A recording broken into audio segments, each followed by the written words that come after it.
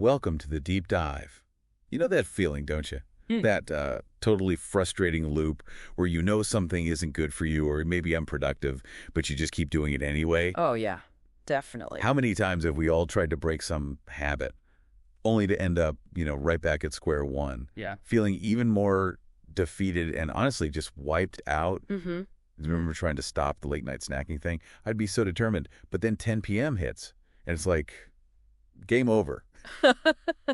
It really felt like that quote about sweating through a T-shirt for basically nothing. It's such a common struggle. Yeah. And that exhaustion is real. Right.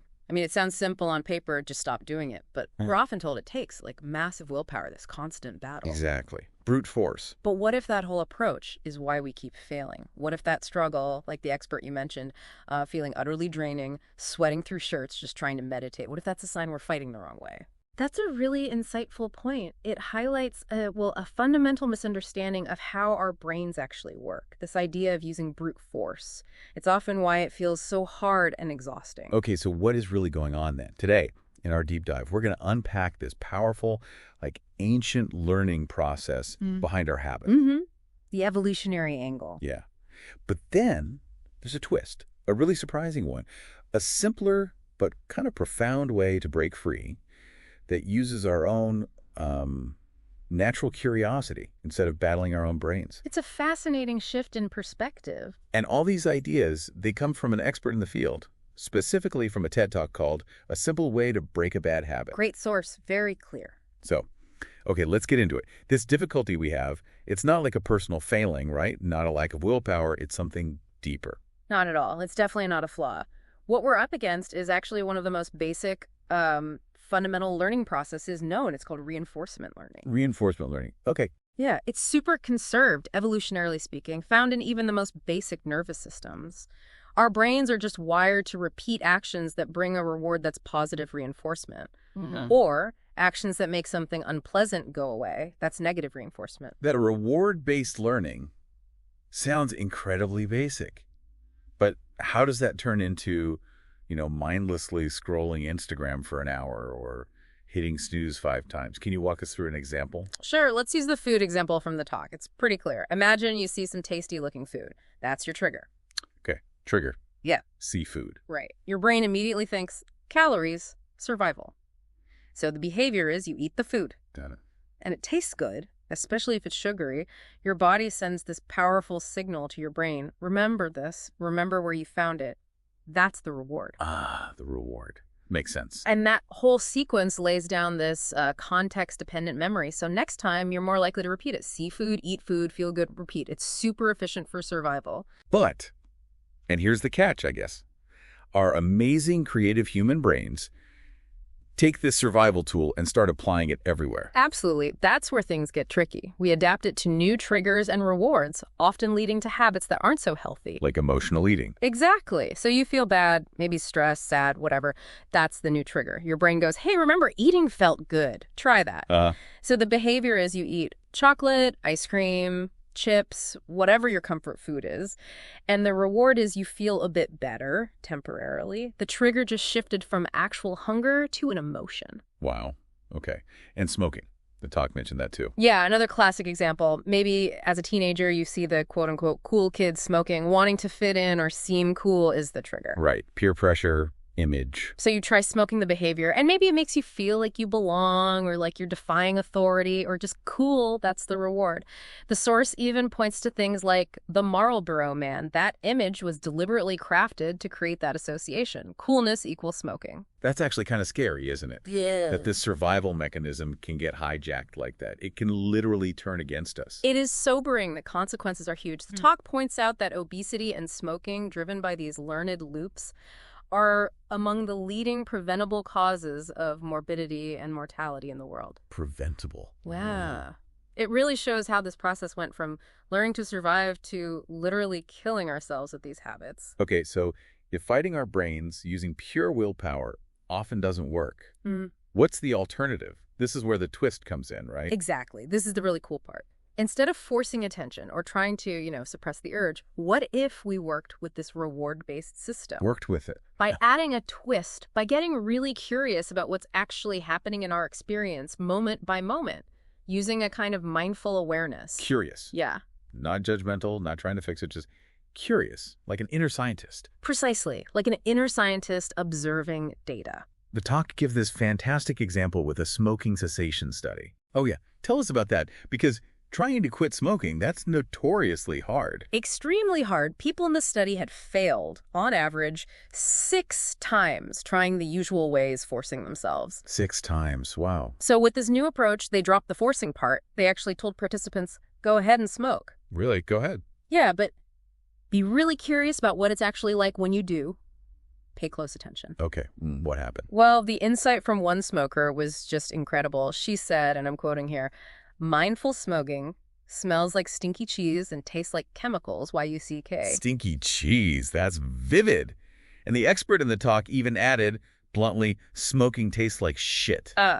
Yes. It's blunt but powerful. See, this woman knew intellectually smoking was bad. That's head knowledge. Right, we all know things are bad. But by being mindfully curious while doing it, she experienced it differently. Viscerally, she moved from just knowing it to, as the talk says, knowing it in her bones. Knowing it in her bones. I like that. It led to what's called disenchantment. The spell was broken. She just became naturally less interested in smoking. So it wasn't about forcing herself not to smoke, but about realizing deeply that it wasn't actually rewarding anymore. It was actually kind of gross. Exactly. The reward value plummeted because she paid attention to the reality of the experience. Okay, that connects back to the willpower thing. You mentioned the prefrontal cortex, our sort of thinking brain, right? Yeah, the newest part of our brain, evolutionarily speaking, it understands things intellectually, tries to exert cognitive control like, don't eat that second cookie. Our rational side. But here's the critical part. That prefrontal cortex goes offline when we get stressed out. So when we need it most, it kind of checks out. Pretty much. That's why even if we know yelling at our kids or partner isn't helpful, when we're stressed or tired, boom, we fall back into the old habit. Okay, that makes so much sense. So this visceral disenchantment we were talking about, that's key because it doesn't rely on that stressed out part of the brain. Exactly. It bypasses it. When we become disenchanted, we don't have to force ourselves to hold back or restrain ourselves. We're just naturally less interested in doing it in the first place. So it's less effort in the long run. Much less effort. And that's what mindfulness in this context is really about. Seeing really clearly what we get from our habits, getting disenchanted deep down, and from that place, naturally letting go. It sounds almost paradoxical, though, turning towards an unpleasant craving with curiosity.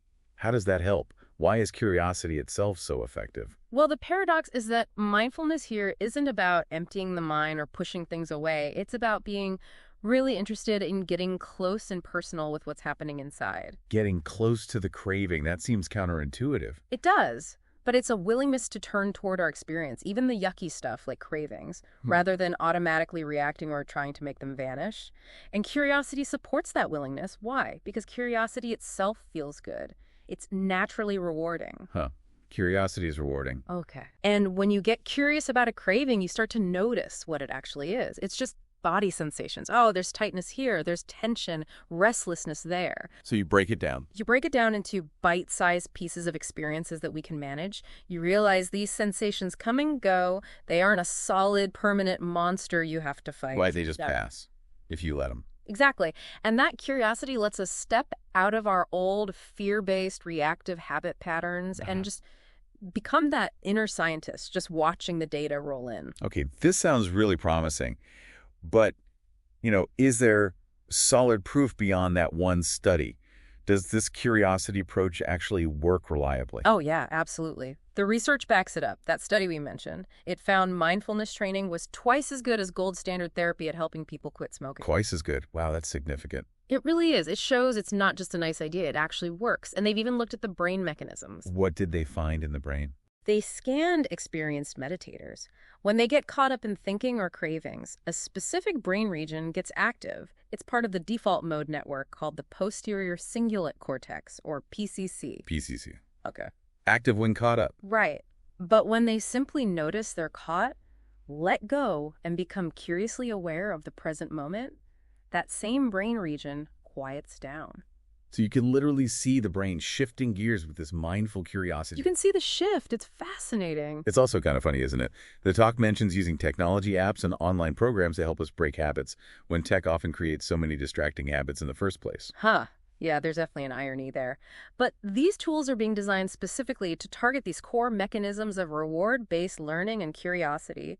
They deliver the training right when and where people need it. Makes sense. So, okay, for everyone Yeah. listening, maybe you don't smoke, maybe you don't stress eat specifically. How can you apply this right now, today? Think about those everyday urges. The source gives great examples, like feeling bored and immediately reaching for your phone to check email, Oh, yeah. Guilty. or wanting to distract yourself from a task you find difficult, or that compulsive urge to reply to a text message right now, even if you're driving. Okay, yeah. Those are relatable. So the next time one of those pops up, just try this little experiment. Instead of automatically acting on the urge, first just notice the urge. Good one. Notice. Step 2, get curious. What does it actually feel like in your body? Where do you feel it? What are the thoughts? Just observe. Observe, don't judge. Exactly. And then step 3, feel the joy of letting go. Notice the sense of release or freedom that comes from not being yanked around by the urge, and then repeat. So instead of the old loop, see text, compulsively text back, feel slightly better. Right. The new loop is notice the urge to text, get curious about that itchy feeling, feel the satisfaction of choosing not to text right now, and repeat that awareness next time. That feels doable, Yeah. manageable. It's about small moments practiced consistently. Okay, so wrapping this up, what we really explored today is how powerful these habit loops are, built on this ancient reward system in our brains. Deeply ingrained, yeah. But the big takeaway, the really liberating part, is that we don't have to keep fighting them head on with willpower, which, let's face it, often fails, especially under stress. Right, that prefrontal cortex issue. Instead, by tapping into our own natural curiosity, by being willing to turn toward our experience, like a scientist, we can actually see the habits for what they are, become disenchanted, and actually let them go. It's a fundamental shift. Less fighting, more awareness, more, well, kindness towards ourselves, in a way. Yeah, I like that, kindness. So a final thought for everyone listening, something to chew on, taken straight from the source material. Go for it. The next time you feel that automatic urge pull you, whether it's towards your phone, the fridge, or just away from the present moment, remember, it's just another chance to perpetuate one of our endless and exhaustive habit loops, or step out of it. A choice point. Exactly. So maybe try stepping out, get curious, become that inner scientist in your own life, and just observe what happens.